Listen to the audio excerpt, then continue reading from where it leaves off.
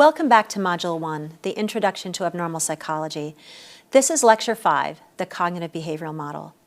So far, we've covered two major models used to understand psychological abnormality, the biological model and the psychodynamic model. Today we're going to talk about the cognitive behavioral model. As you may guess by its title, this model focuses on thoughts or cognitions, as well as behaviors of people who are struggling with psychological disorders. The cognitive behavioral model got started in the 1950s. At that time, psychoanalysis had been around for several decades, and some scientists were beginning to grow impatient with its lack of scientific support. They found it far too vague and open to individual interpretation and application. Perhaps most importantly, psychoanalytic theory could not be tested in a controlled research setting. Frustrated with this model, they developed their own. Early cognitive behavioral theorists turned to the laboratory studies of scientists who had been working with animal learning. These scientists had discovered they could teach animals to engage in desired behaviors through the application of particular kinds of stimuli. For example, they could teach an animal to stop engaging in a behavior by delivering an unpleasant stimulus or punishment when the animal engaged in it. An example of a punishment is a mild electrical shock. They also discovered they could teach an animal to increase a particular behavior by delivering a desired stimulus or reinforcement to the animal when they engaged in it. An example of a reinforcement would be a tasty piece of food. The early cognitive behaviorists built upon this simple behavioral model. They initially followed in the footsteps of these animal learning scientists, and they conceptualized psychological abnormality entirely in behavioral terms. For example, when considering a person experiencing depression, they only focused on the aspects of depression that are observable, such as sleeping too much or too little, frequent tearfulness, or decreased interaction with other people. They did not consider any internal experiences that are often associated with depression, such as feelings of intense sadness and guilt, or thoughts of hopelessness or suicide.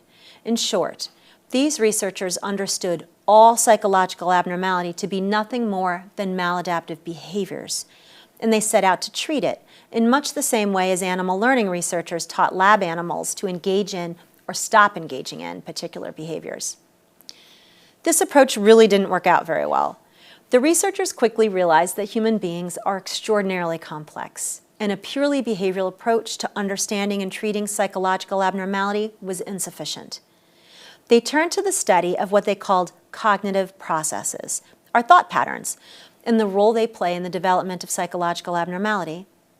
Two of the earliest and most famous cognitive behavioral theorists were Aaron Beck and Albert Ellis, both of whom developed theories about how our patterns of thoughts and behaviors impact our emotions, and over time produce psychological disorders. Cognitive behavioral theorists have identified particular patterns of illogical thinking, referred to as cognitive distortions, that they believe produce psychological abnormality. One example of a cognitive distortion is catastrophic thinking, which is characterized by a person always anticipating a terrible outcome, the worst possible outcome, for all of their challenges.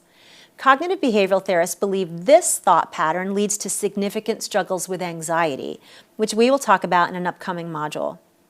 Another example of a cognitive distortion is all or nothing thinking, which occurs when a person believes that everything is wonderful, or often that everything is terrible, and there's no in between. Cognitive behavioral therapists believe that people who employ all or nothing thinking have a strong tendency to become overwhelmed and feel helpless and hopeless, which often leads to depression. So how does cognitive behavioral theory approach treatment? According to this theory, treatment for psychological disorders should help people discover their cognitive distortions and come to understand the ways in which these thought patterns are impacting their emotions and behaviors, leading to psychological disorders. An important point to make is that cognitive behavioral therapists do not employ an idea of the unconscious mind, as psychodynamic therapists do. However, they do assert that the illogical thought patterns that produce psychological disorders are so ingrained and habitual that people do not notice them. They're often referred to as automatic thoughts. These patterns are believed to be such a deep part of the way someone thinks that they become the way that person experiences the world. The work of cognitive behavioral therapy, often referred to as CBT for short, helps people to slow down and really examine and question those automatic thoughts. After assisting the client in becoming aware of their illogical thought patterns, the CBT therapist leads the client into deeper exploration of the ways in which their illogical thought patterns have impacted and created their current emotional and psychological problems. Once the client has successfully made those connections, the therapist and client work on generating new, healthy, positive, logical thought patterns that will lead to the resolution of the client's psychological disorder. Similar to the psychodynamic model, there are many different variations of the cognitive behavioral model of psychological abnormality. As a result, there are different forms of cognitive behavioral therapy. All CBT, however, utilizes the same fundamental framework embraced by the model. More recent variations of cognitive behavioral therapy seek to help clients identify and accept their cognitive distortions, rather than identify and change them.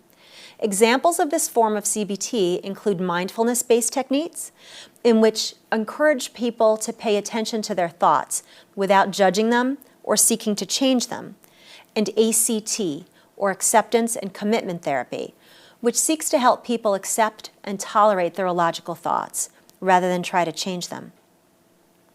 An important strength of the cognitive behavioral model is that it can be empirically researched and tested, unlike the psychodynamic model. In fact, a great deal of research has been conducted investigating the validity of this model, and it has been found to be very relevant and helpful for understanding the development of depression and anxiety. Additionally, the scientific study of cognitive behavioral therapy has shown this type of treatment to be useful for people struggling with these psychological disorders. The model is not without its drawbacks, however. CBT has not been found to help all people who are struggling with psychological abnormality. Many theorists believe this model is just too simplistic and reductive to explain the complexity of human psychology. In spite of these drawbacks, the cognitive behavioral model continues to be a popular one today, and cognitive behavioral therapy is widely used as an effective treatment for depression and anxiety.